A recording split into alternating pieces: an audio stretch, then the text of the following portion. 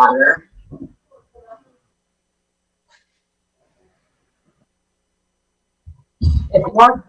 If Mark is there, tell him I'm sorry I accidentally disconnected our call.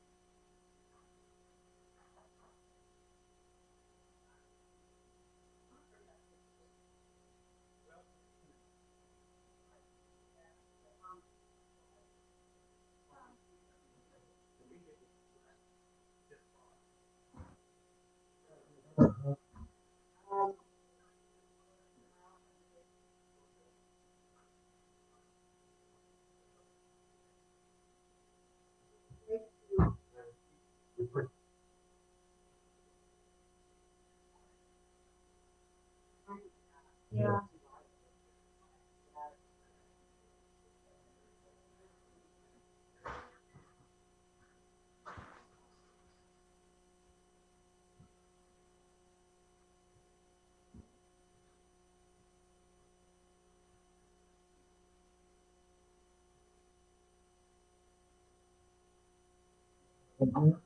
Yeah.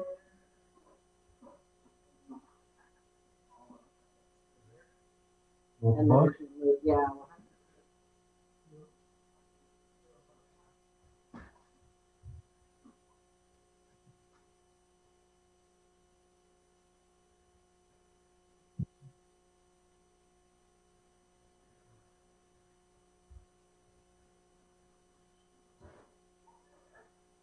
That's what we did for the Jefferson Award.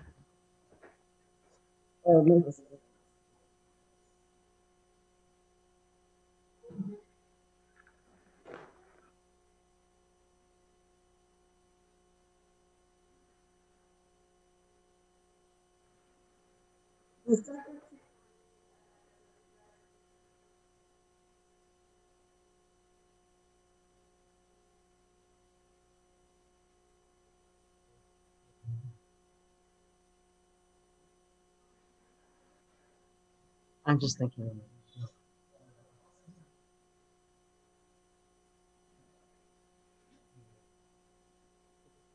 Okay.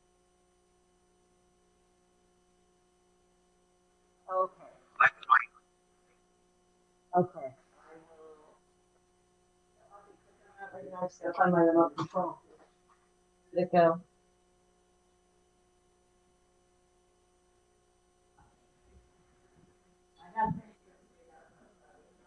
The line was all I have is the test. Let me not there.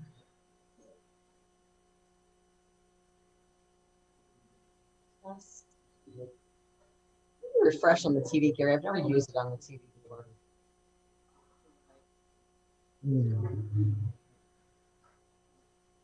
There's like no refresh button. This is Facebook going through the web. Oh, here. Ooh, how did I get this?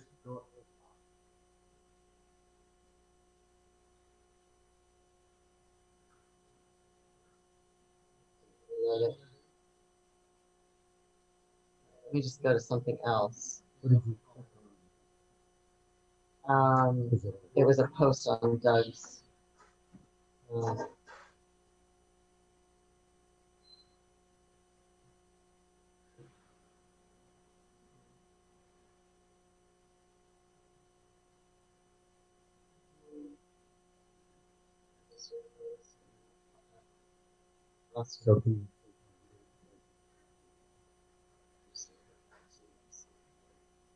I thought I had it already.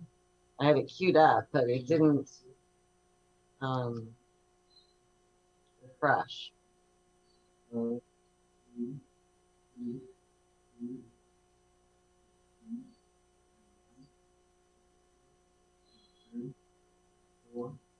I thought it was all there.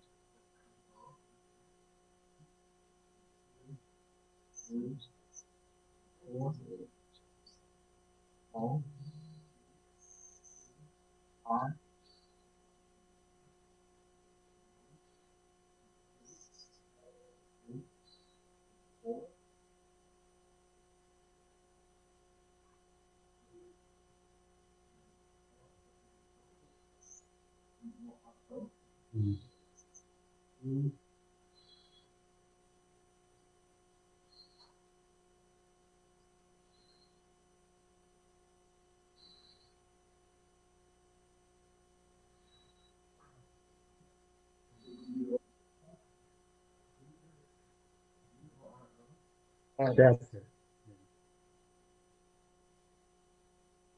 I had already pulled up Facebook and had it already on the LGUMC page, but unfortunately it didn't refresh. And so when I logged on, it wasn't up yet. And but when I click on it, though, it's not starting.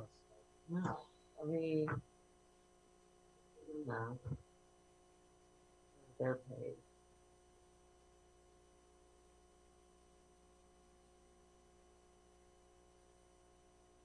Okay. All right, we got the live stream. We see Doug with his awesome picture. I love that picture. Okay.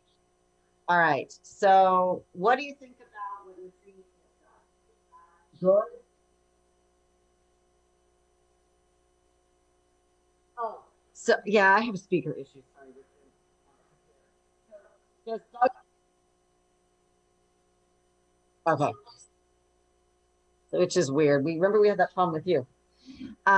So after I step back, look at what you're seeing of Doug and tell me if that is okay.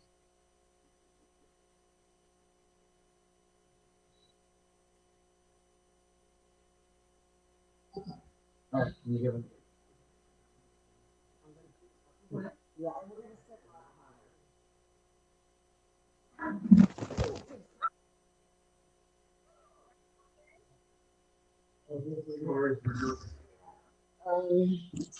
unless I get over. Oh, cord. Use this one. Yeah. I mean, it's closer to you. Oh.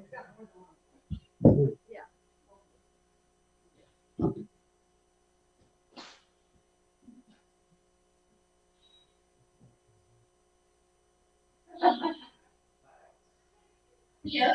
What happened? I got it.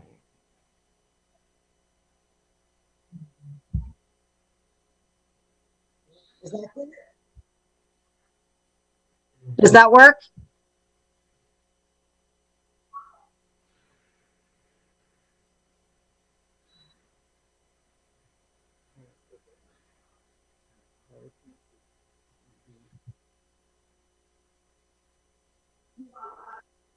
Talking to you. I was just trying to see if you were seeing Greg's mom eating dinner in the picture.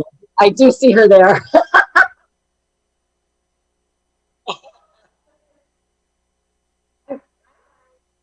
Do you think I can?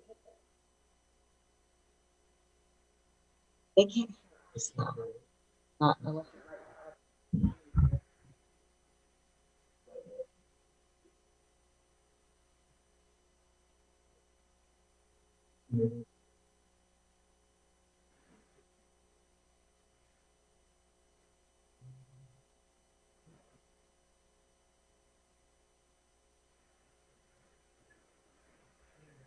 Right.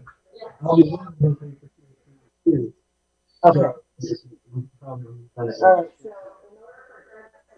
order for Doug to see the live stream, we're going to change his position a little. So, okay. To connected. Okay. Right.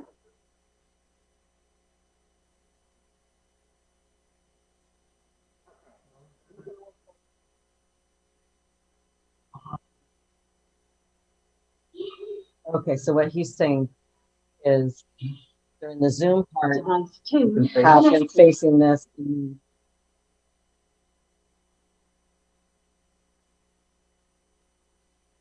Um,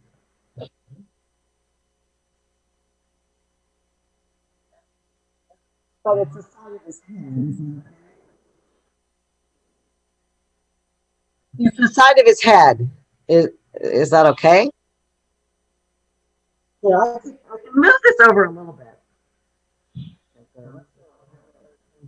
This way around. Closer.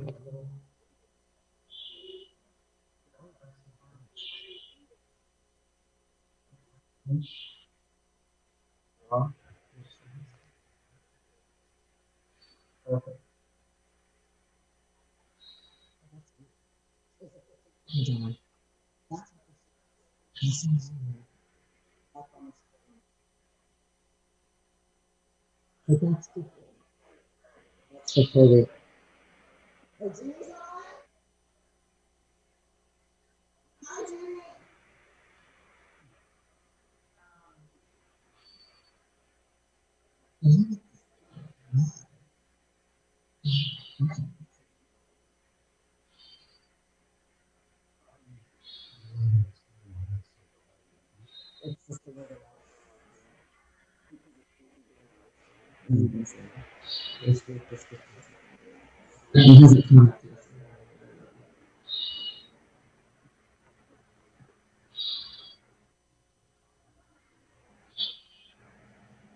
He doesn't have the glasses on. Right.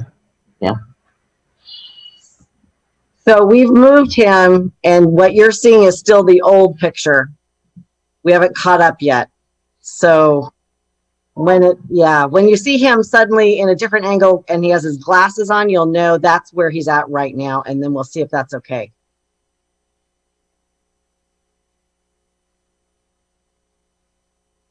Right, right.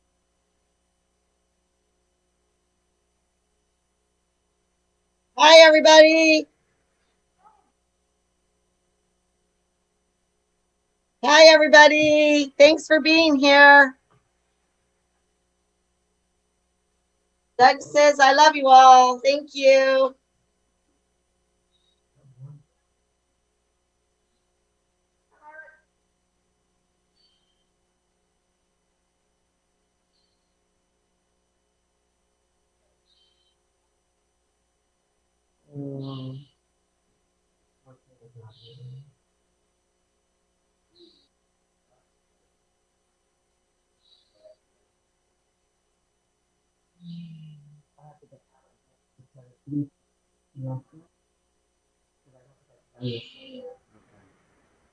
Um,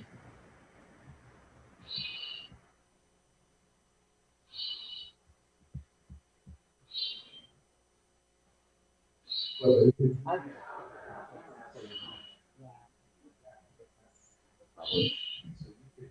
how would I don't even know how, still don't know Windows 10 very well. How do I go to Bluetooth? Go here in settings. And then, okay, devices. I thought it actually at one time I had connected. Let me, here. Device 2 disconnected. Device 2 connected. Is Logan on? Yay! Awesome. Jeannie, Logan, all the way from the UK. Woo! Hi, Logan.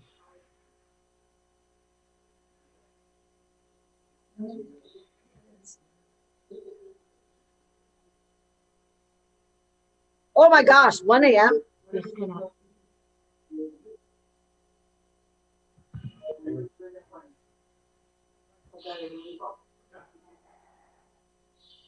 Device 2 connected. That's Mark's sister, his other sister. So Ginny and Kathy are both Mark's sisters. Hello. So this is all on the live stream chat that you're seeing that? Okay. Yeah, once I get out of this. Okay. Yeah. Okay. I'm trying to fix my speakerphone problem. I'm trying to connect an external speaker and I'm having some. No, that's the speaker. I have both speakers, but that would just be the sound. Gary, you have a clue how to make this connect? These my Two, computer, but somehow I have to, they're not connecting. Is it this button to connect? What's this one? I would think, well, it's like doing this, it would be pairing, but not. That's my laptop. Not saying they're connected and we're not hearing it. What's this? Sense.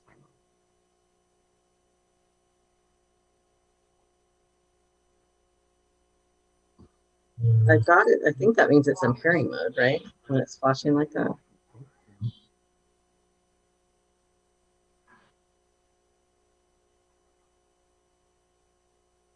Hi.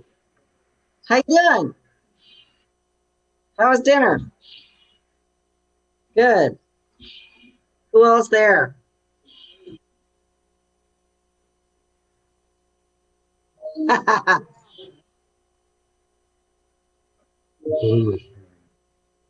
Blue is connected. Yeah, we're just trying. I forgot that my computer has. device two, connected. See, that's my iPad. My laptop has speakerphone issues, and so we were trying to connect it to that Sennheiser external, but it doesn't want to talk to my computer. What if I plugged it in with that? Oh wait, what's this?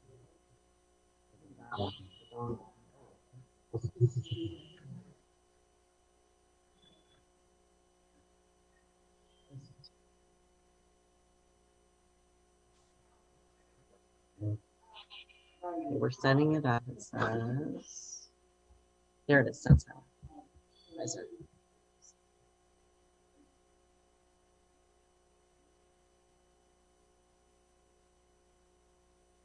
Here it goes.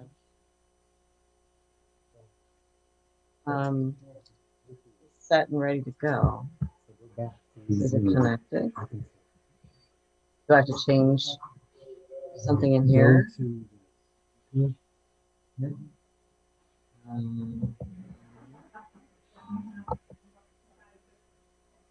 There it is, echo canceling speakerphone.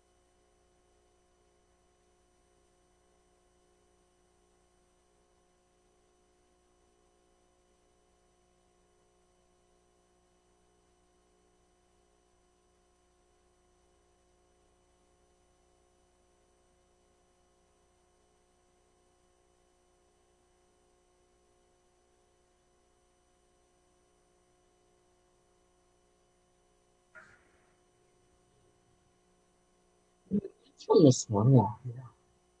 It's not the current live one. That's what's wrong. It's not, that's the test. You still aren't on the right one. Sydney, can you hear me? Okay, yeah, we were trying to hook up a different speaker so that we wouldn't have to stand right in front of it. So Gary's going to read Doug's note. It turns out we were not watching the right live feed. Somehow I'm not getting the current live feed. It's just the test ones from earlier on my list. I don't know why, but it's not bringing up the latest.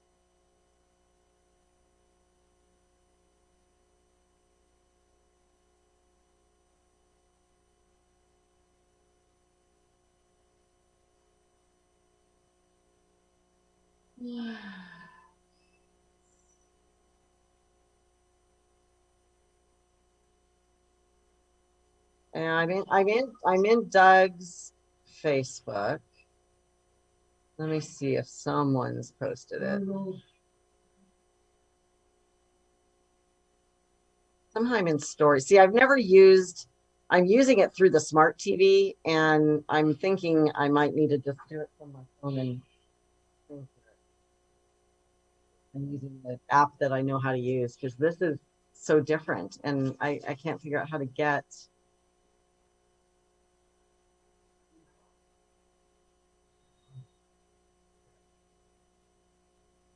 Can someone just send Doug's Facebook the link? Is there a way to do that? Have that, maybe Eric. Okay. It's not coming up. Those are Doug's posts. There's the talking about Day for Doug. How do I, how, activity log maybe? Let's go to activity log. No, that's what he's done. Oh, I'm so illiterate with Facebook. I was on it, but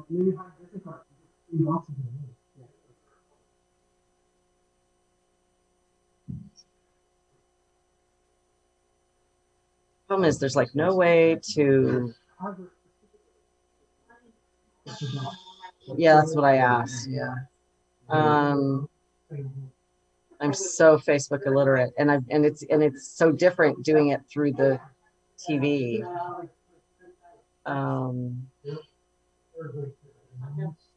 Search Facebook.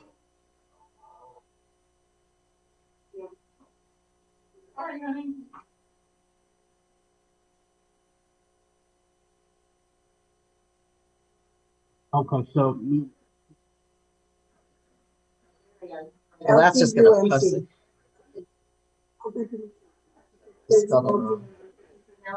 All I get is the test one. I don't get. Let me just click on LGUMC. It's just the test. The current live one is not. Yeah, these are all the tests. I'm on the page and it is not there. It's because I'm going through the TV. I gotta not go through the TV. I'm gonna get out of here. Happens every. The problem is I'm trying to do this through the. Yeah, I'm trying to do it through the TV web app, and it's just not working. I do, but it's not on the list. All that's there are all the live ones are the tests from this morning. Fine, there is no video. See, it's because we're doing it from the TV. It's a completely different app.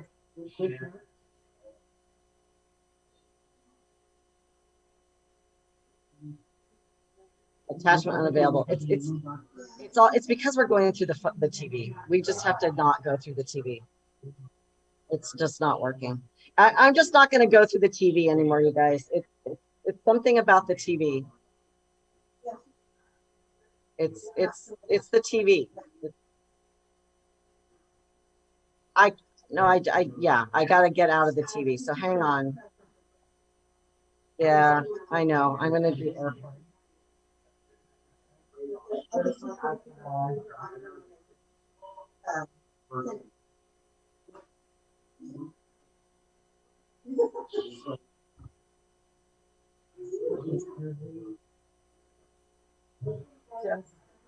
I thought I had everything all set up. Somehow, still messed up.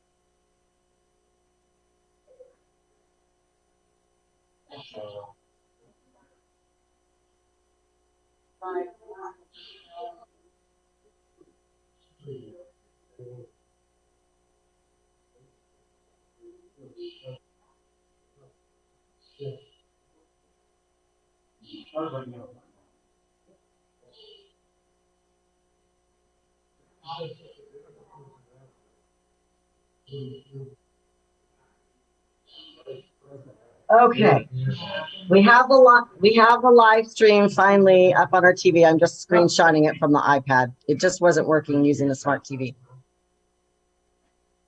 Okay.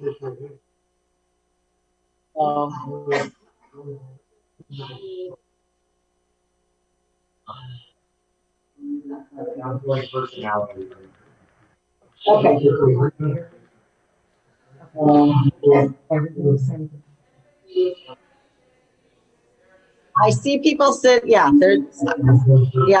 think we're all good now.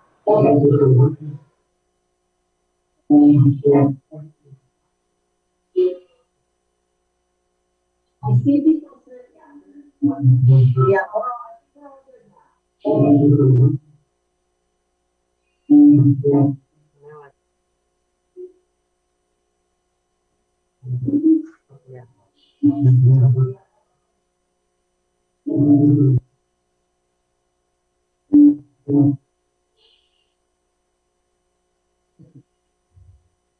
Yep. All right, I think your Zoom picture of us is behind though, I think. I can't even tell what's up. Okay, I think we did the Hawkeye wave to you guys. You know about the Hawkeye wave. I'm from Iowa, at the University of Iowa. They built a children's wing at the University of Iowa Hospital, actually where my father was the chaplain at the University of Iowa Hospital growing up. But anyway, they built a children's wing, all these kids with cancer and everything, and it looks over Niall Kinnick Stadium, University of Iowa football stadium. And I think it's the start of the third quarter, they stop, and everybody in the stands, 75,000 people, turn around and wave to the kids up in the hospital wing. And so that's our Hawkeye wave to you guys. So first of all, what I want to do, can you guys hear me over there? I think we are on a 15-second delay or something, right? So if they don't respond right away, you'll know that they will eventually.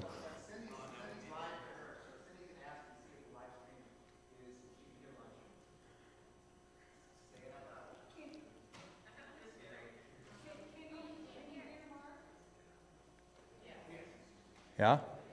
Okay. So, couple things. So for starters, I just want to thank everybody for being here. This is amazing to look out and see all your faces and know that some of you have come a long ways to be here, and but in everybody's journey to be here, to honor Doug and to be here to show their support for him and his family. I just can't thank you enough for being here. Your presence alone speaks so much to all of us. So on behalf of the McNeils, I thank you. I thank you personally, and so thank you for being here. Okay. I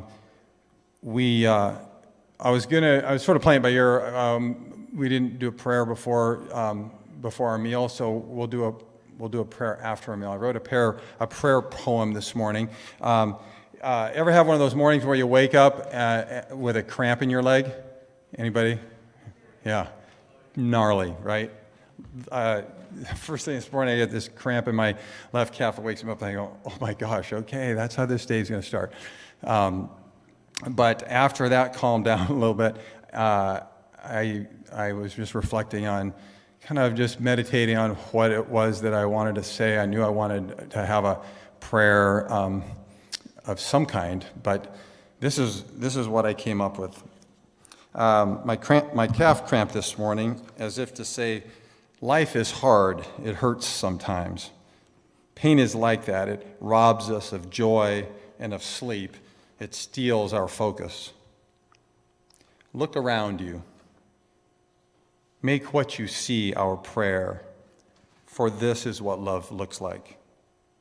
Each precious soul peering out through windows made of half-crafted miracle, each heart beating a rhythm set to bring life to its surroundings and embrace to the stranger, one step closer to calling them friend. This is what love looks like. A simple meal shared in unity, open to community, creating opportunity to know and serve the other, to see the friend become family. This is what love looks like. We are blessed by this gathering. We will be changed by this day. For such is the way you would have it. For such is the way we would receive it. May we be willing to ask, what if? May we be prepared to respond, why not? This is what love looks like. Thank you for the mind that dreams it. Thank you for the hands that make it. This is what love looks like. Thank you for this day to see it. Amen. Okay. So, welcome to this party, this tribute, and this raising of awareness and response to need. This day is about Doug, but it's also about the people who love him. I want to thank you so much for Los Gatos United Methodist Church, this facility, this wonderful campus, this great place that we can call home and have this great barbecue out here and enjoy this time together in the sanctuary with all our technology. I want to thank the volunteers that helped. I know one of the first people I called was Glenn Stansbury to get the facility reserved. Greg and Cindy Cook, oh my gosh, they are here before everyone else is. They're here after everyone else is gone, making sure that technology works. Thank you so much. Thank you. Mary Lou Abrahamson, she's really the one in charge. I think, she's the director of all things in this church. Everything kind of goes through her, I think. Tom Waldrop, thank you for reaching out to Mercury News, and I know you've been on this road, and I thank you for being here and the support and the love that you have for this church family, for Doug, and that we have for you and for Linda. Ken Casper, thank you for making sure our barbecue worked. That was a little touch and go there. Richard Garcia, who's not here, but our beloved maintenance guru, he was here at 9:30. He goes, I'll see you at 9:30. I go, 9:30? That's kind of early, isn't it? He goes, oh no, you're going to want to be here at 9:30. He was right. He was right. Lucy Wiedemeyer's here, although I didn't get a chance to see her. Where's Lucy? Hi, Lucy. I saw you sneak in, but I knew you were coming late. But you're here, and I just want to thank you so much for being here. I think most of the people in this room know who you are. Lucy's husband, our beloved football coach, Charlie Wiedemeyer, just been a friend, mentor to so many young men, including my son, Eric. And it means so much for you to be here and everything that you represent. Los Gatos Morning Rotary, who have been so generous in their charitable gifts and efforts to help Doug and the family. Los Gatos Morning Rotary, I was reminded by Mags, who came by quickly to say hi, that there is a difference between Los Gatos Rotary and Los Gatos Morning Rotary. But thank you so much to them. We'll talk more about that later on. Ginger Taylor McDonald, Ginger, she's the liaison for donations. I also want to thank Thrivent, these shirts here that we have. My sister Virginia lives in Wisconsin, and she has a financial advisor group called Thrivent, and they give you $250 twice a year for any kind of a charitable fund that you want to be a part of. And she filled out the paperwork and said, hey, we're doing this thing in California, and so they put $250 towards the food that we had today, and these shirts. Now that leads me to Virginia Becker, Jenny Becker, my sister. Without her, we wouldn't be here. She was the person behind these shirts. Her daughter Audra, who lives in North Carolina, painstakingly did the back of these shirts that have the Day for Doug on them. And then my sister ironed them all on by hand. There's about 40 of them, so there's some left over. If you want a shirt, let us know. We'll give you one.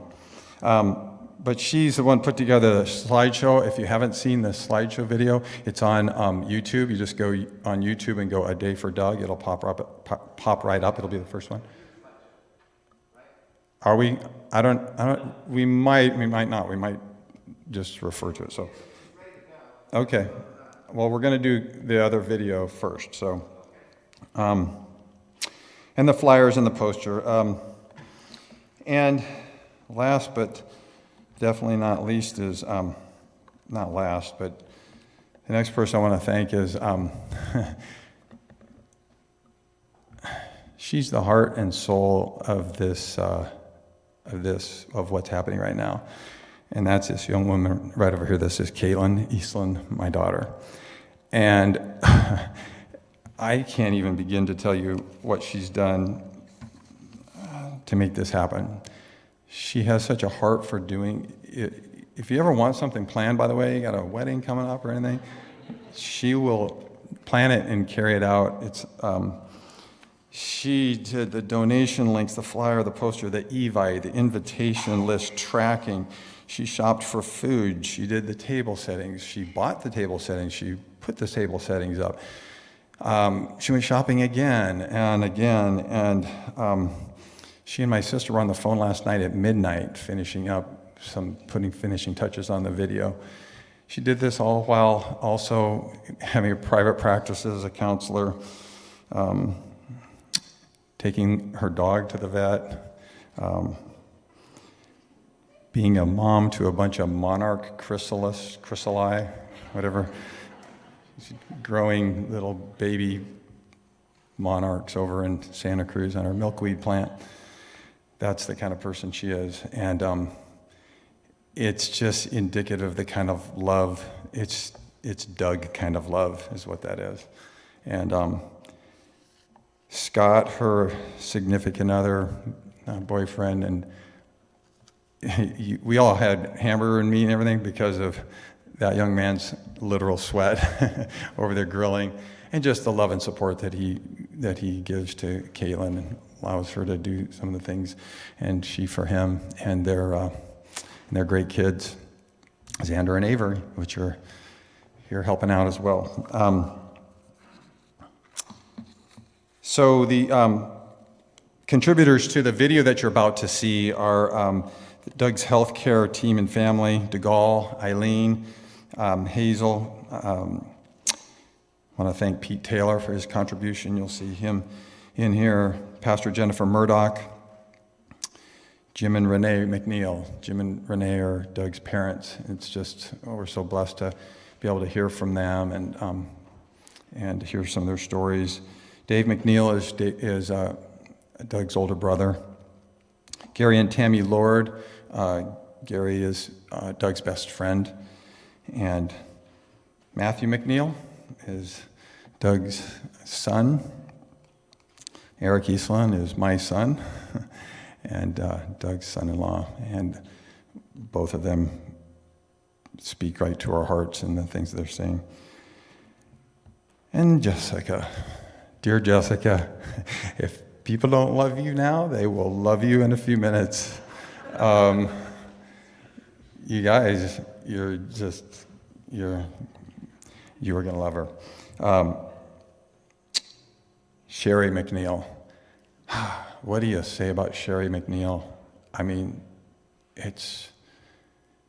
there's really no words.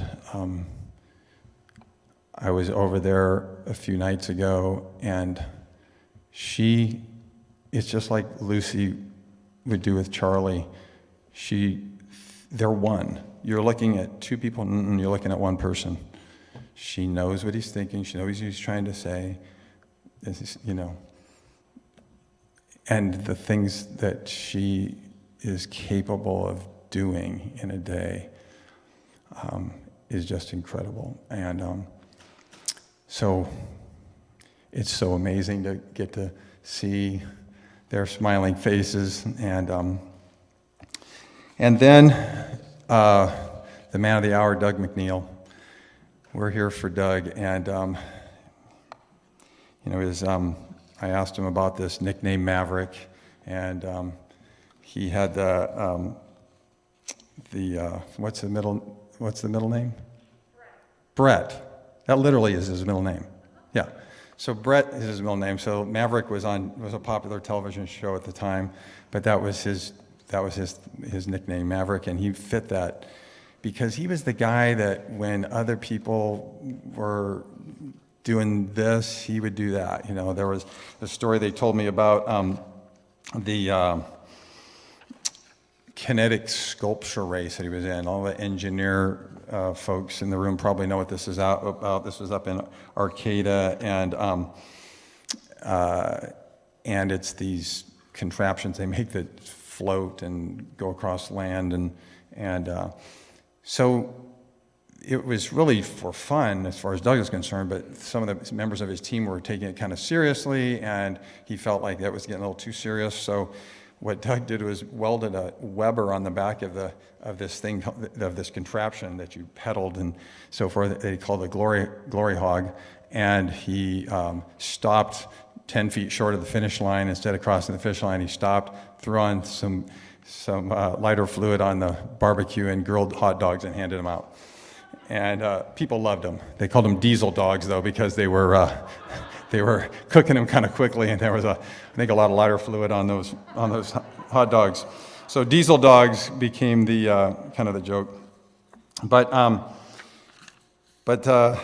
anyway, those are my thank yous. I think what we want to do next is hear from Sherry and Doug, and then Caitlin, you're going to introduce the video, okay? So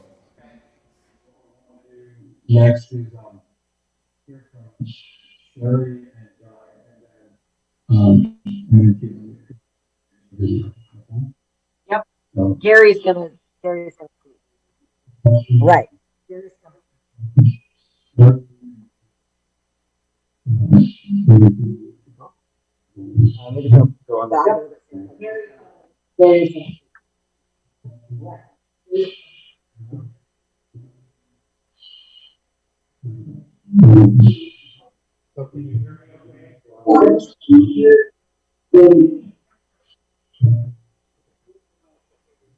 That's what I thought.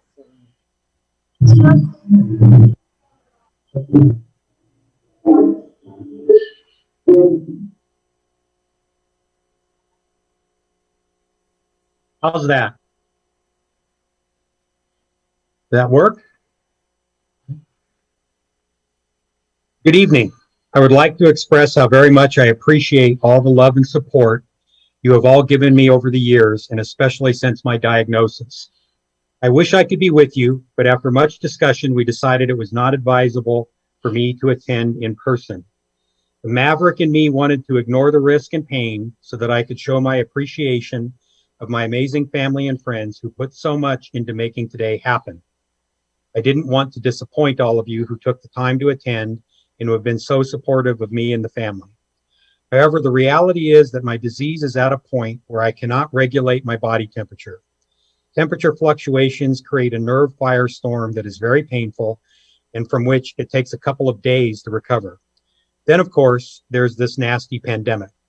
I was blessed to have the Safeway pharmacist, Sin, come to our house on his lunch break and administer the J&J vaccine so I could have some level of protection from the virus. However, since I am immunocompromised and it's unclear what level of protection I actually have, and with all the variants and increased cases, saner minds prevailed. Oh, how I miss being able to speak and tell you how much you all mean to me. I so miss being able to give you each a big bear hug. Those losses are some of the hardest to bear with this disease. You all know how much people, communication, and personal connection have always meant to me. Unfortunately, the sad truth is that this disease has robbed that from me, but your love and support help me remain strong. Despite the disease, I have been able to continue working to make a difference in this world. It is my desire to spread awareness of this disease and the need for increased funding for research for the cause and the cure. I want to help create changes to our healthcare system that will recognize that this disease and its impact on the patient and their family is unlike any other disease. It must be treated differently. 24/7 home care and nursing must be covered by Medicare so that all ALS patients can live out their short time left in the comfort of their home, surrounded by their family and friends, with proper, dignified, compassionate care, rather than being forced into a subacute facility that is understaffed and incapable of giving the one-on-one care required by someone who cannot speak or move their body to push a button for assistance. There is a reason why the life expectancy is only 2 to 5 years from ALS diagnosis. After my 40-day hospital stay, the doctors thought I had a couple of weeks to live. Our options were to move to a Medicare paid subacute facility where we hire and pay for home nursing on our own. Most patients are forced to choose to not prolong their lives by having tracheotomy and a ventilator because they do not have the ability to pay for the 24/7 care that would be required. This is unacceptable and must change. I hope that my actions since this disease will help lead to increased awareness and voices working to create change in policy and help those diagnosed in the future. Thank you for helping me achieve this. Through all the loss, I remain strong in spirit. The sustaining element is the history and memories we share. This is the coping mechanism for enduring the cycle of loss. ALS patients learn acceptance, forgiveness, and how to adapt. I have accepted this disease despite all that it has robbed from me and the nearly constant pain.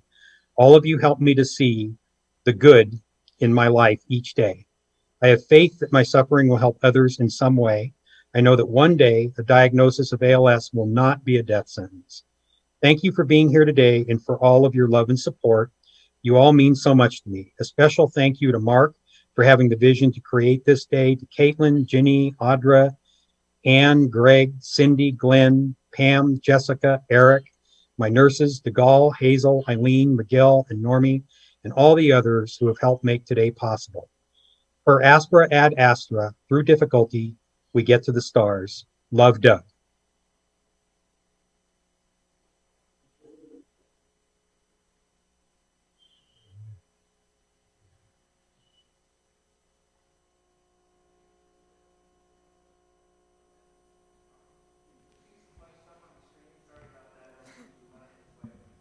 All right. So okay. Can you hear me? Oh. So we're about to watch the tribute video that I made, and it's a little bit long. It's like 45 minutes long, so I swear that it will be worth it. But I really wanted to create a video to tell Doug's story and have it be told through the lens of his loved ones, and also hear kind of maybe the parts about living with ALS or being a friend or family member of someone with ALS that we don't normally get to hear, because I think that's an important part of the story as well. I also, yeah, I think that's it, actually. I'll keep it short because this kind of says it all. One last thank you, though, I wanted to give a shout out to. First of all, my dad, because this was his idea. He just one day was like, I just feel like we need to do something. We need to like have a day for Doug, and he came up with that name. And so we had many, many phone calls over the past few months, and it's really awesome that we made it happen. And we couldn't have done it without so much help.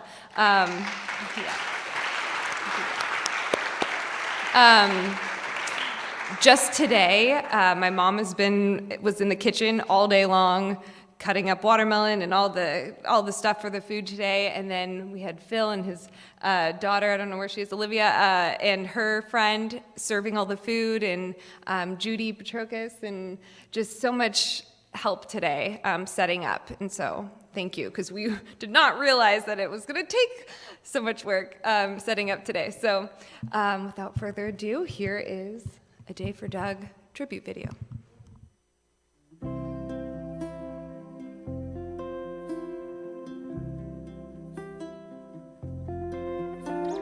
Okay, yes, I'm Jim McNeil. I'm the father of Doug. Hi, I'm Renee McNeil, Doug's mom.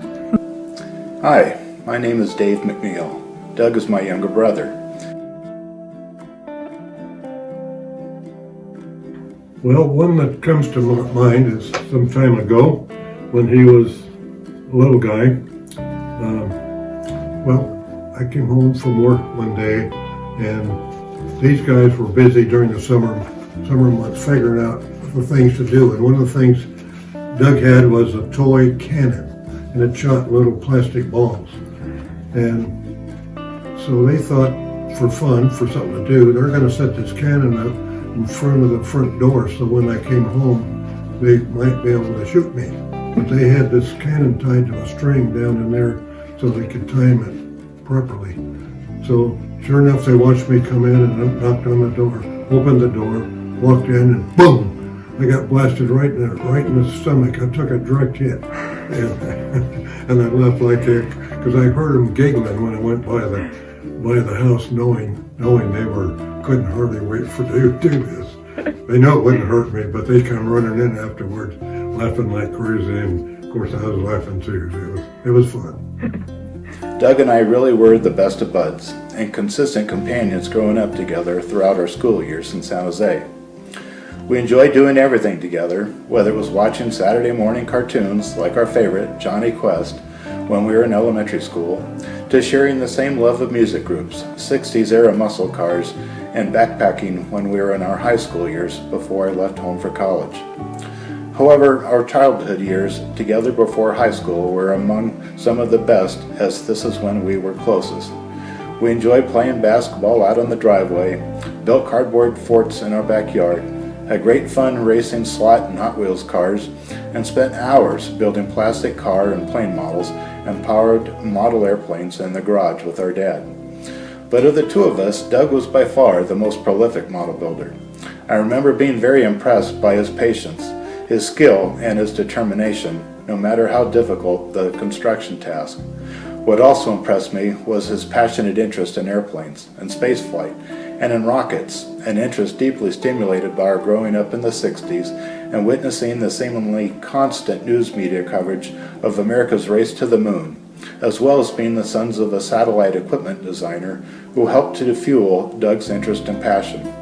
All of these served as important factors in influencing Doug to follow in Dad's footsteps into aerospace as his own career path.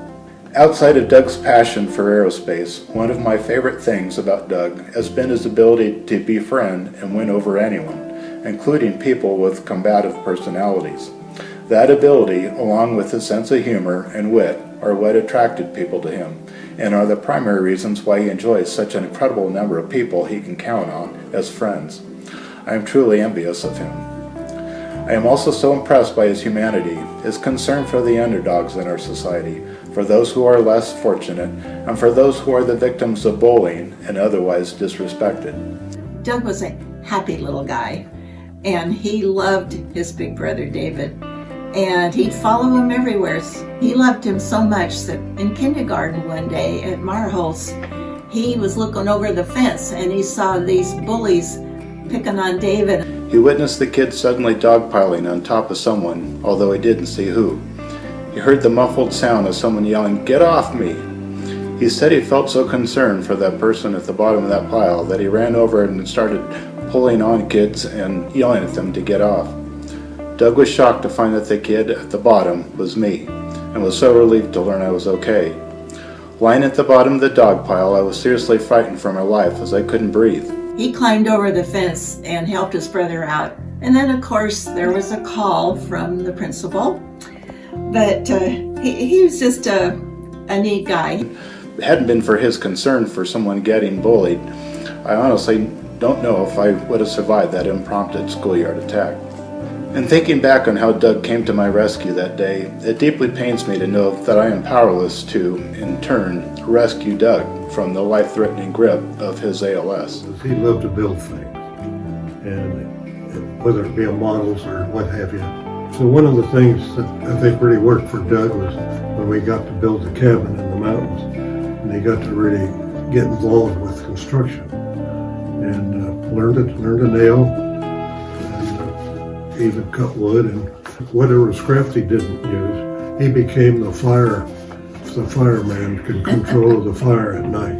I think that whole opportunity that we gave him building a cabin was very meaningful to his future life, because he saw this thing go up and come together, and it was pretty admirable. When we were in the mountains at our cabin that he helped build, he loved, and when the snow came, he loved to ride down the toboggan with his dog Bandit on the toboggan. Yeah, it was a fun time. Yeah. His favorite time of the year was Halloween and 4th of July.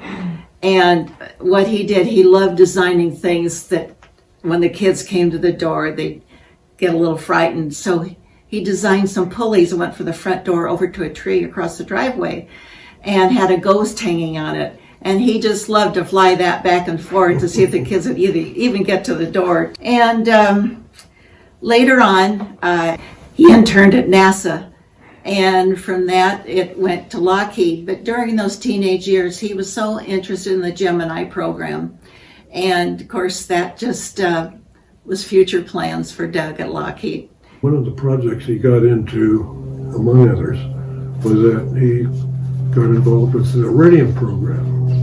And the Iridium program was quite interesting. He designed a structure for the satellite structure that had to house the Iridium equipment. Now they can transmit vertically to any one of these satellites, and they now can control airspace throughout the world. I think what a wonderful thing that is to be part of. So, very proud of him. Hi, this is Gary and Tammy. We're very sorry that we're not going to be able to join you on Saturday for this fabulous event, but we know that everybody will have a great time coming together to celebrate Doug. I met Doug in 7th grade, so that would have been about 1972 or so. We became friends, and unfortunately, Doug and his family had to move down to Southern California for the next couple of years. But when they came back, and Doug and I kind of reconnected in 9th grade, and we've been best friends ever since. Well, and then we started dating in 1979. Yeah, long time ago, and got to meet Doug and got to meet Sherry, and like I said, best friends ever since. Lots of memories over all of those many years.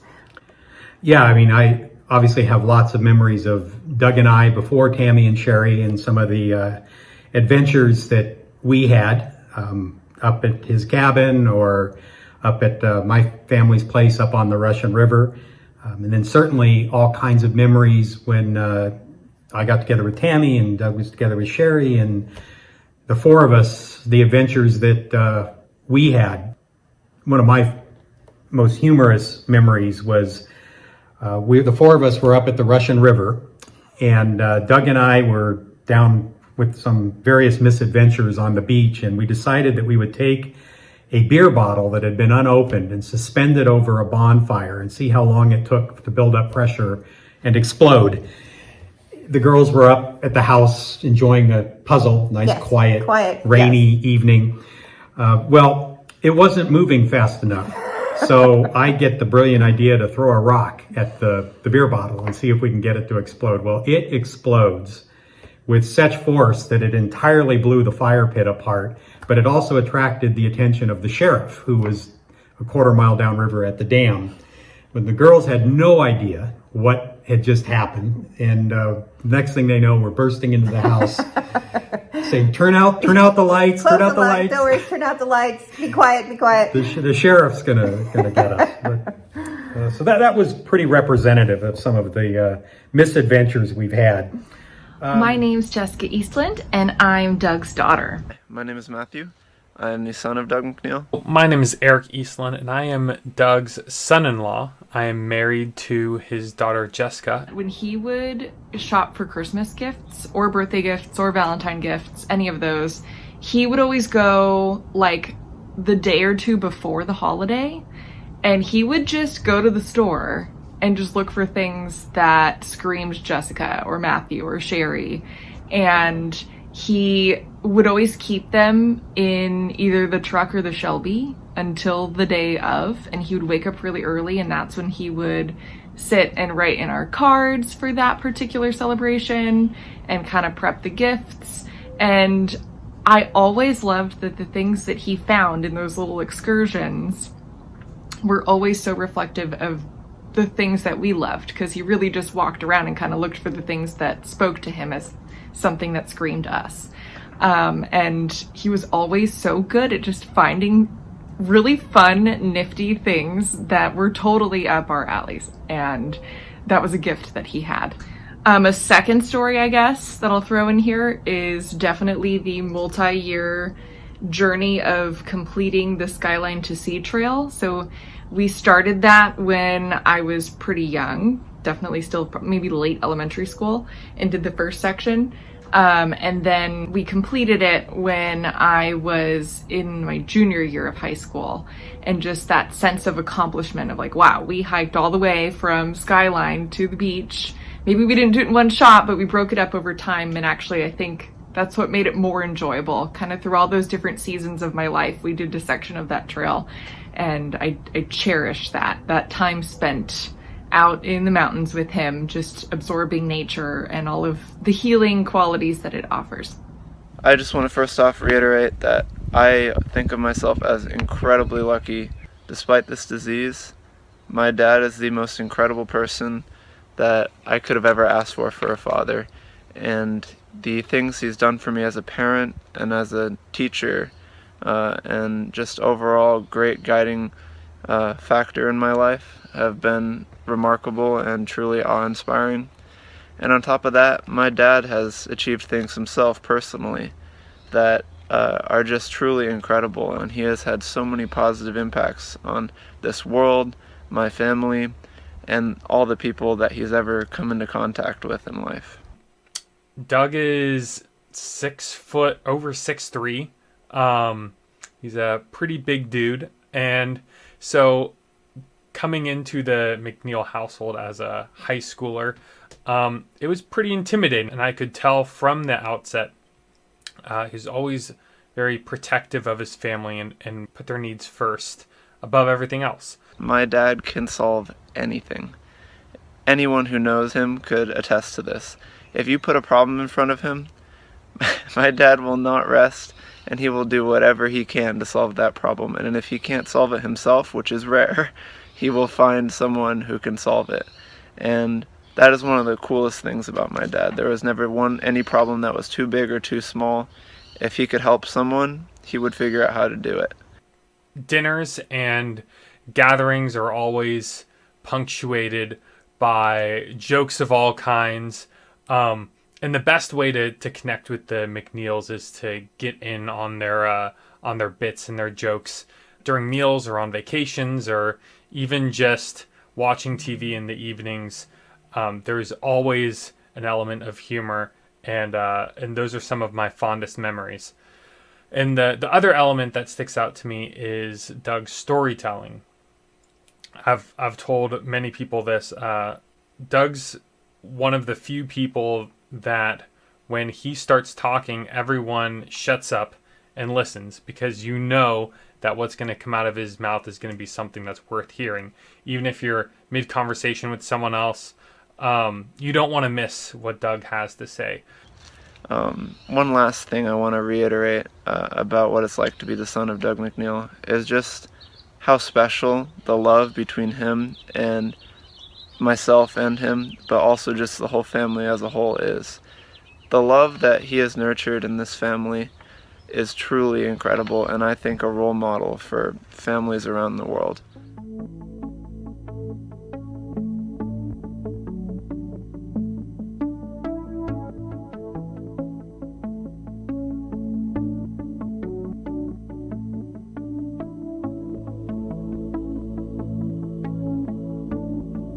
Hi everybody, my name is Jennifer Murdoch, and I had the privilege of serving as Doug's pastor at Los Gatos United Methodist Church for about 9 years. I was privileged to be there at the beginning of Lighting for Literacy, to celebrate Eric and Jessica's wedding and multiple graduations, and to watch Doug's family support one another through unbelievable triumphs and difficulties.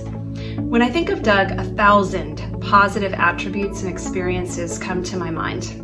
Character, strength, courage, honor, service, kindness, joy, faith, intelligence. The list of positive attributes just go on and on. But what I want to focus on is two things: Doug's relentlessly positive attitude and his loving heart.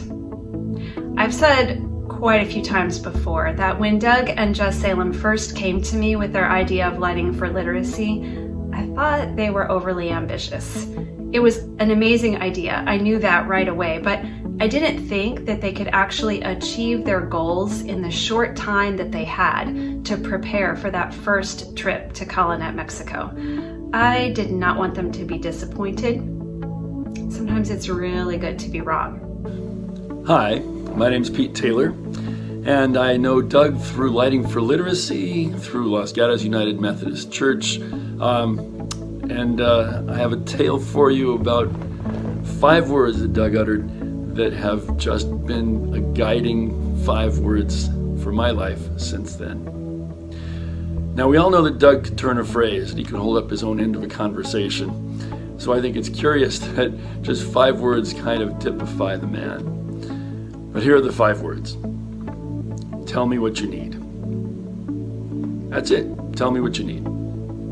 So the setting, we were in Colonet, Mexico in 2014. We were doing charitable work for needy families in Mexico.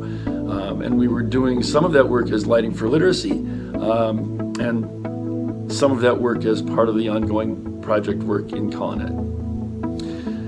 It was the second year that Doug had been in Colonet. The year before that, in 2013, he and Jess were joined by a group of volunteers from Los Gatos United Methodist Church, as well as by Rotarians from Los Gatos Morning Rotary. And that's the first time Doug had been in Colonet to see how his brainchild of Lighting for Literacy and the brainchild that he and Jess shared was actually being put into place in real world places. Lighting for Literacy just really put a charge into the volunteerism of going to Colonet.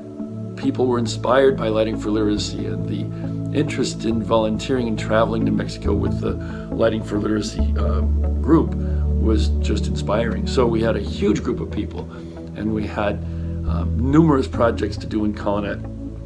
And as the project leader, I was trying to coordinate all of the efforts of all of the teams of volunteers in Colonet, and we were hurrying to get our projects completed. Doug and Jess were coordinating all of the installations of Lighting for Literacy with the volunteers. So every morning they'd have a crew gather with them, and they'd go carefully over each step of the deployments for Lighting for Literacy systems. And they'd repeat that on every afternoon, sitting on the construction slabs in the homes. So we were getting to the end of the week, the time when we should be really finishing off all the construction and getting ready to give the homes to the needy families in our key ceremony. And I was perplexed. I was having trouble that year just getting the projects completed. Again, we had a huge number of people, but it was hot. It was a very, very hot year, and going back and forth from one building site to the other and trying to coordinate things was really zapping my energy, and it was making it slow work to get everything done by the time we needed to have it done. So I must have been standing on the job site looking perplexed. And so Doug took a moment. He looked up from what he was doing with Lighting for Literacy, must have seen me standing there looking perplexed, and so he walked up to me. And he said, "Tell me what you need."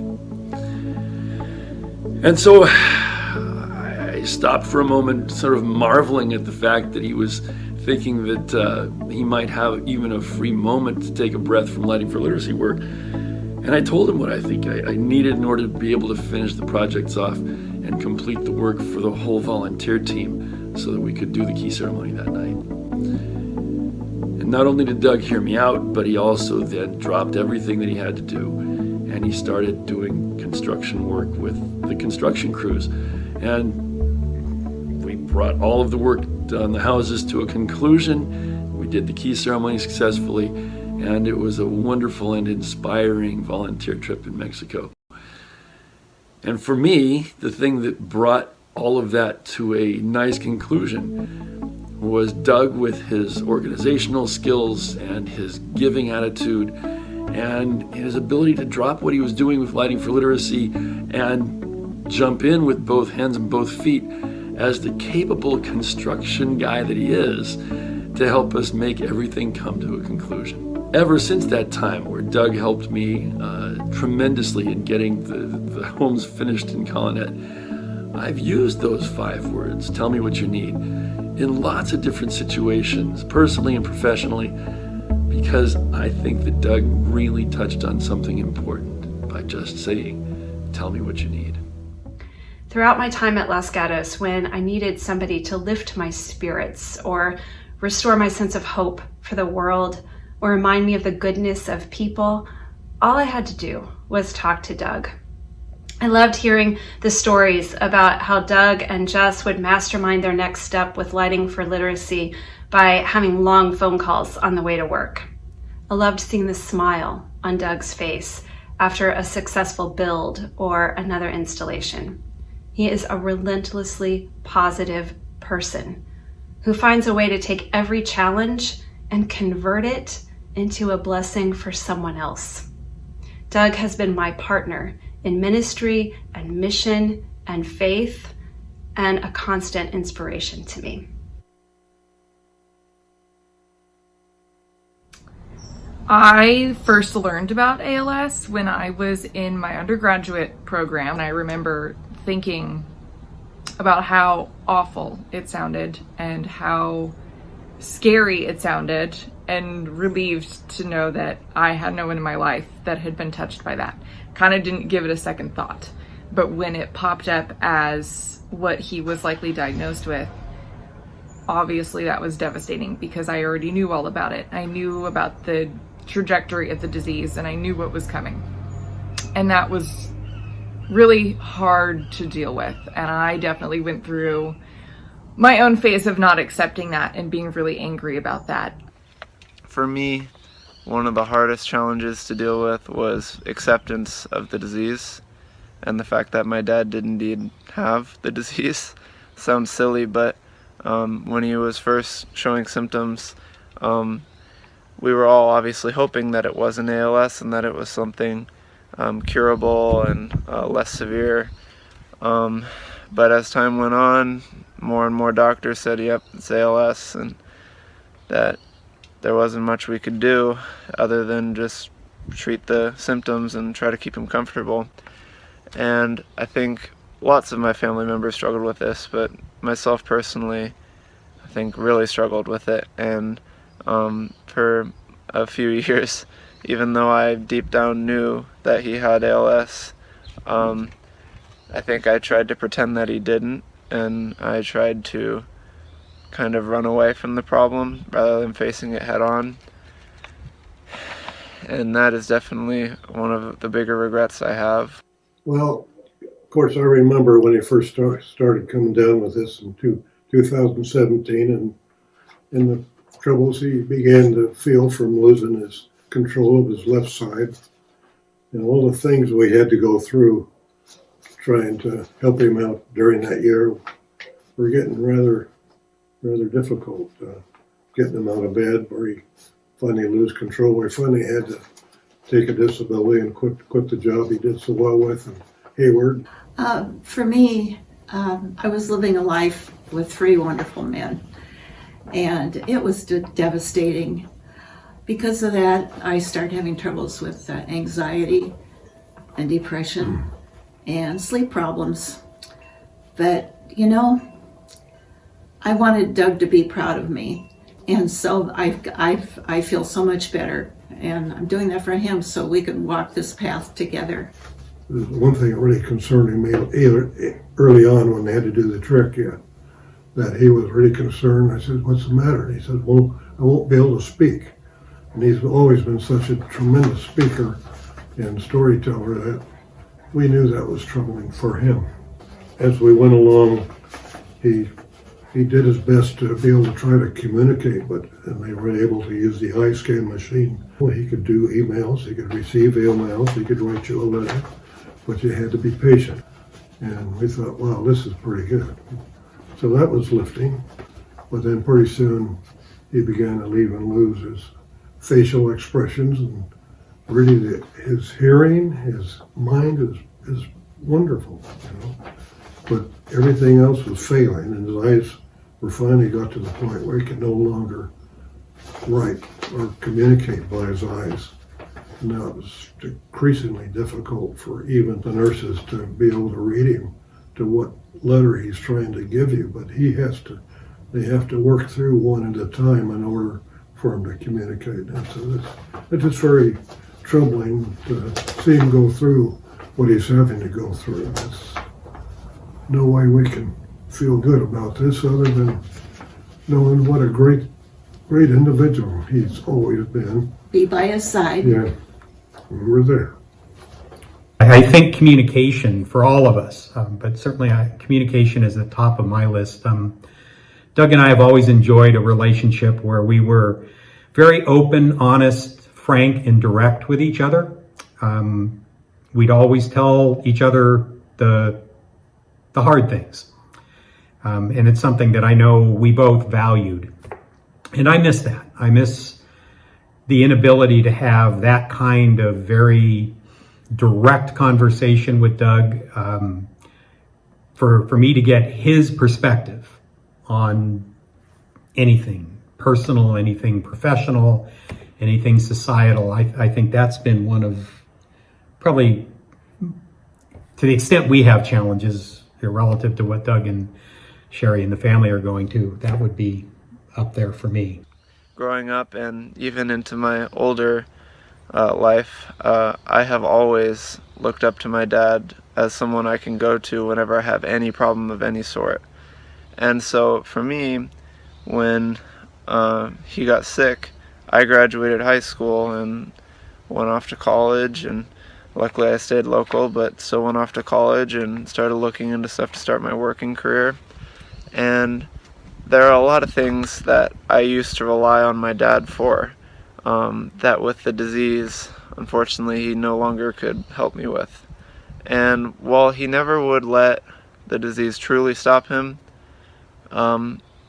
I definitely just miss the basics of just hearing his incredible voice and him, you know, going to help me with whatever my problem is. He was still incredibly helpful and a great parent even with the disease, and he still is. But there's just only so much he can do with ALS, and to deal with the potential loss of my father right when I started college and work was definitely a major challenge. It has been so difficult for the entire family and I to watch the progression of the disease that has slowly but steadily robbed Doug of his muscle motor control. While Doug's wife Sherry and his adult children Jessica and Matt are facing the eventual loss of a very loving and dedicated husband and father, I am facing the premature loss of my only sibling. The toughest part of this disease is just realizing the loss of all future plans that my father and I had together. We shared a ridiculous amount of passions together, and to lose the plans that we had built together, such as going to see a Pittsburgh Steelers game at Heinz Field in Pittsburgh, or working together at some sort of engineering company, or him getting to see me get married and start a family and all that, has been really tough. Even though I'm an adult and this happened to my dad when I was already, married and moved out and independent, it doesn't really matter how old you are. It's still your parent, and it's still life-shattering, and you kind of have expectations for what life's gonna be like.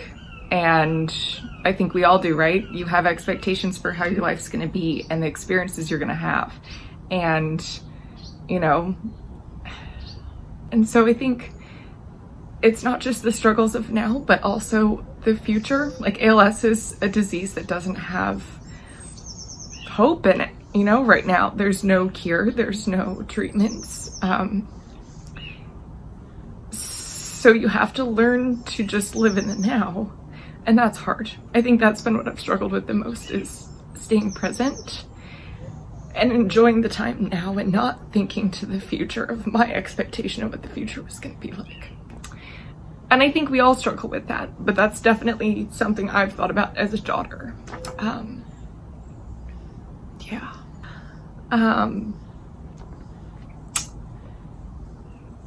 You always expect to care for your parents someday. You just don't expect to do it in your 20s. Or in the ways that we've had to do with ALS. I'm probably not alone in saying that watching you deal with ALS has been both very painful and very beautiful. It's been difficult because I can't stop the progression of this disease. I can't make your body well, and there is nothing that I want more than that. Although you have never expressed a word of anger, I have been so angry on your behalf so many times, and I've wished that there was some way to lift this burden from you and your family. At the same time, this disease has not taken any of the depths of your soul or your capacity to love. In fact, it's enriched it. That's how beautiful you are, Doug, and that's how beautiful all of your family is, all of you. The McNeils, the Eastlands, the Rowleys, and this extended connection of friends and family that gathered today.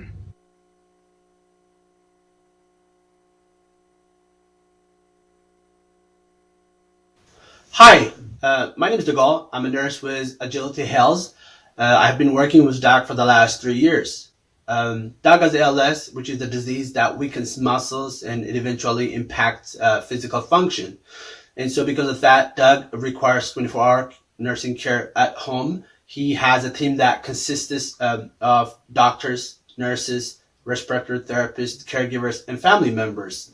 As a person who lost his dad to Parkinson's disease, which is another disease similar to ALS that weakens muscles, I watched my dad struggle with the disease. And so, from the beginning, I found this case to be kind of personal for me. Hi, my name is Eileen. I am one of the members of Doug's healthcare team. We fondly call it Team Doug. I am now his nurse for over 3 years. I wasn't part of his initial care team because at that time my father fell ill, and when I finally did, Doug would always ask me how my father was doing when he was in and out of the hospital. And one of my most treasured gifts that I got from Doug was a note that he actually wrote. This was a time when he's still able to hold a pen with assist, and this is what he wrote to me. I pray for your dad every night. So that's when I not only became his nurse, but we became each other's prayer warrior. I say Doug is a maverick and a real hero because when I first started this case, I found out Doug is an engineer, and he, a guy who has so much love for science. And so he found a way how to put his lifetime engineering experience to help others. He co-founded this nonprofit organization called Lightning for Literacy with another friend who was an engineer like Doug. I myself, I'm an immigrant who came from Africa. I have a first-hand experience how people who live off the grid, people who live in those rural areas, at night when the sun goes down, there's no means of electricity, and students, can't study. They have to rely on candles and kerosene lamps, which are harmful for one's health. I could see the kind of impact this project that Doug and his friends started is doing out there. And for this, Doug received a much needed, much deserved Jefferson's Award. And the best part was I was there standing by his side witnessing it. Doug may have lost a lot of physical abilities to ALS, but ALS never won against his heart, his mind, and his spirit. He didn't need to speak, for his deed says a lot.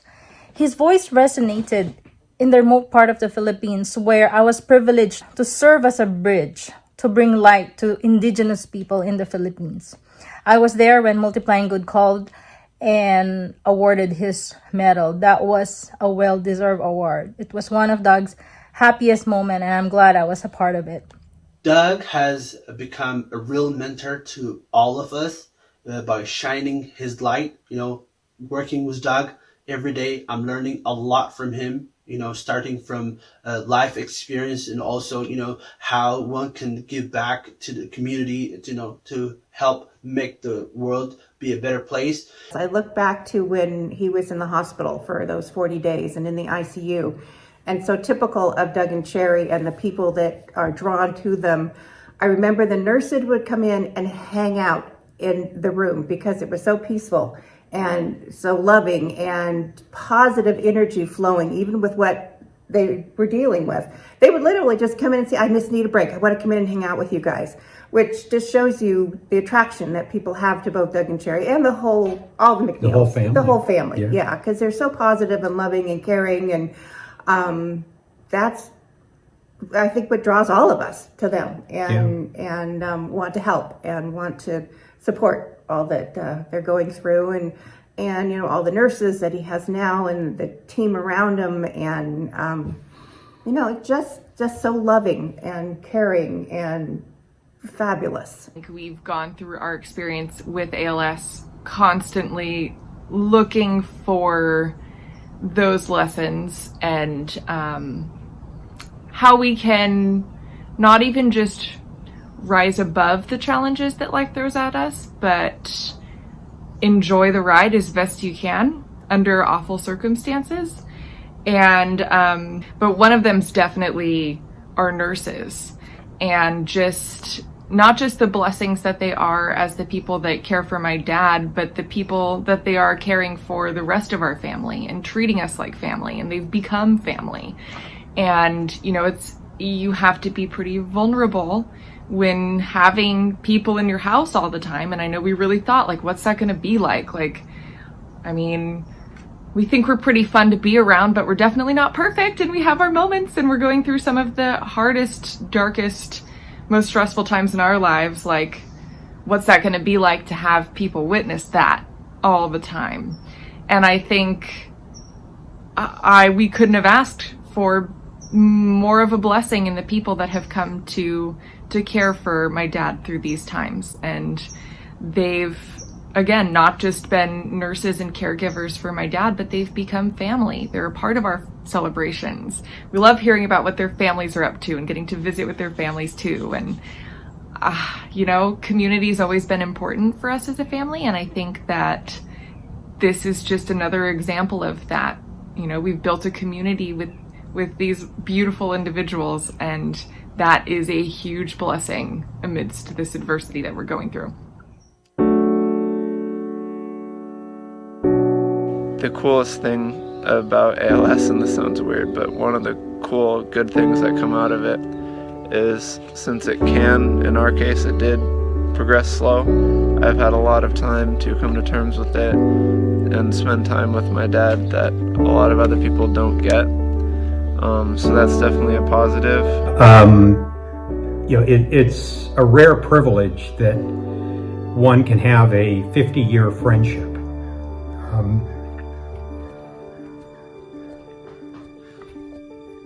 We can stop. No, we're good. It's certainly one that I value, and I always have. But certainly in recent years, and certainly now, it's something that I value, not just for myself, but for us and for our immediate family and our whole extended family. It's just something rare and unique, and something that we all very much treasure. It's taught us, lessons come out of struggle all the time. I think that we grow the most when we're uncomfortable and in hard times. Not to say that they're fun or we want to experience hard times or we wish them on anybody, but I think that it has expanded our capacity for empathy and love, and it's taught us to not take life for granted. Nothing's promised. I never ever would have expected that my dad would have ALS, and life's precious. As human beings, we always, worry about little things.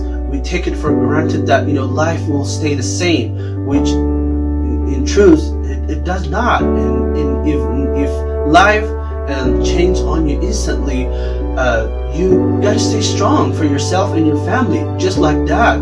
They have found a way to make the best of every day and make the most of everything they've got. And that really gives you, at least for me, and we've talked about it, kind of a new perspective on what's important and where to go from here. And when you look at things, how to look at them differently. With ALS, you don't know how much time you have left and how long you can keep doing the things that you can do. So it's putting family and experiences, the things that are going to last first. I've learned so much about Doug throughout the years, through his colleagues, his lifelong friends, and his family who came over to visit. He is very much loved and respected. I have heard so many stories about him, of how awesome and how fun he is, but most of all, how good of a son, brother, husband, and father that he is. My dad's always taught me a lot about how to handle life and how to deal with the things that it throws at us, and this is no different. He's handled this with more grace than I ever could, and more patience than I ever could. And those are lessons that I will forever carry with me and will forever guide the way that I handle whatever life throws at me in the future. And I'm grateful for that. He always has said, you can still build community when all you have is a smile. And he definitely did that when ALS took his voice. And he continues to do that even now that it's taken his smile. He still can make bonds with people by just looking at them. As an engineer and a social entrepreneur, Doug has built amazing things. But to me, the most amazing thing that Doug has built is this network of loving relationships founded in grace and mutual support.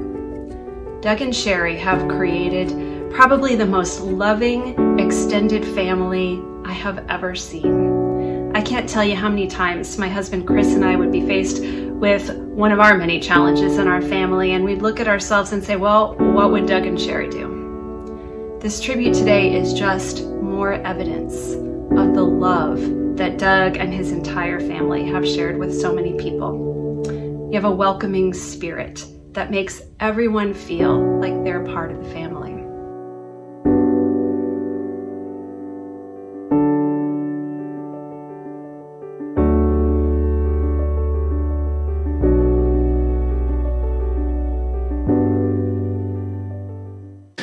The effect of this has been devastating on Doug's family financial resources. So while I cannot do anything to rescue Doug from the grip of ALS, what I can do is to help to rescue his living angel, his wife Sherry, who is his best friend, his dedicated care coordinator and advocate, and often his actual critical care provider when his professional nursing staff are unavailable. He's got an amazing woman he's married to. Sherry is a joy and incredibly courageous. The family and I are very concerned about the massive drain in family financial resources required to pay for Doug's care and the impact that this will have on the family's future quality of life and financial security. Our family is doing what we can to help assist with the cost of his care and are encouraging all who know Doug and Sherry to do the same. We are lucky to be in an area in that our family has the means to keep Doug at home. But there's no doubt that without that initial financial standing and without the help from you all, our family and friends, that we could not keep Doug at home and with the family that loves and cares for him. And there's no doubt in my mind that without being able to do that, Doug would not be with us right now. It's not how you start, it's how you end. And Doug, he really is making an impact in this world, and along the way, he's creating everlasting memories. I'll just close by saying, Doug's what a son, and both our boys are, and Doug has brought so much joy and pleasure to my life, and it's been fun. I'd like to do it all over again. Loved the guy and always will. Been a great son, and still is. You bet. Doug was my best friend growing up. He was my best man at my wedding. He'll always remain my best friend in life. From the bottom of my heart, thank you for your being a supportive friend to Doug and his family, and I beg you to please consider continuing your support during this tremendous time of financial need. We'll be so appreciative of your love, empathy, and generosity. There's something I'd like to read if I could, because Doug and I liked it, so if you pardon me, I'll read it. It's the last part of a quote by George Allen, who was a football coach, and it says, "Health and happiness and success depend upon the fighting spirit of each person. The big thing is not what happens to us in life, but what we do about what happens to us." Follow their mantra of doing the best with every day you've got. Yeah. And that's what makes them so special. Yeah. You know, life's short. Treasure your family. Don't sweat the small stuff. Hug people tight. And just enjoy the ride. You know, the hard times, the beautiful times, everything in between. Thank you for the opportunity to do this, and thank all of you for coming together to support Doug and Sherry and the family. And we'll look forward to making this something that repeats in the future. Not long ago, I told him while we were sharing a good cry, "You need not say or do anything, for we know what your heart is for all of us. And ALS cannot beat that. I am blessed to be in the presence of greatness, my hero, whom we all love, Doug McNeil." I love my dad more than I could possibly ever describe. And while ALS is terrible, nothing can take away the love that my dad and I have for each other. I still have the best dad in the entire world. It is a blessing to share life with you. I am better for it. I am grateful for it. And I am truly glad for the opportunity today to simply say thank you. Thank you for letting me share in your life. So Doug, here's to you, buddy. I love you. You're a phenomenal human being, and I feel so inspired by you and so grateful to know you, and thank you so much. I love you always, boss. I love you, Dad. I love you, Doug.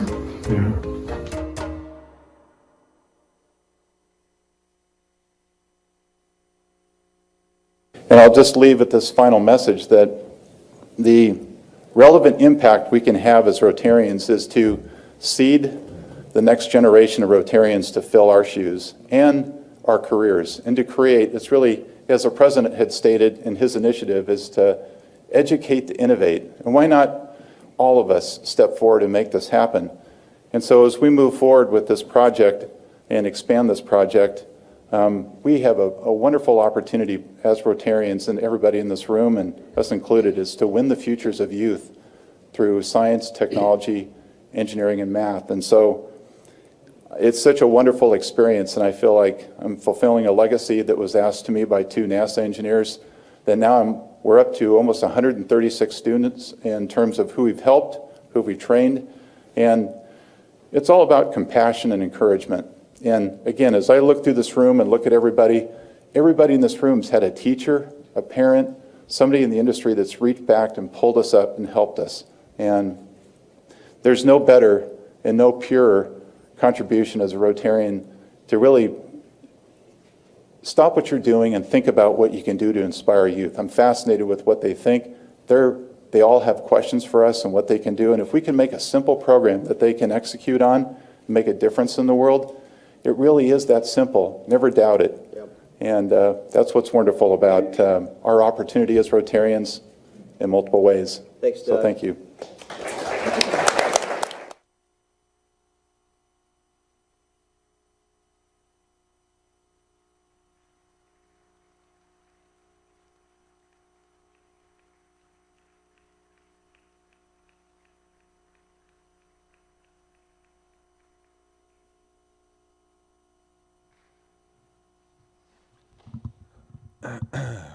Yeah, wow,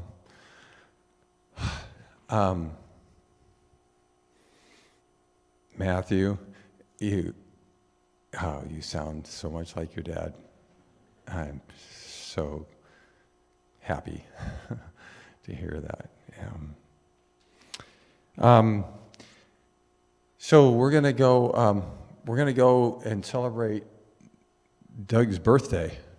Act 3. Are we just going to FaceTime with him over there then, right? Yeah.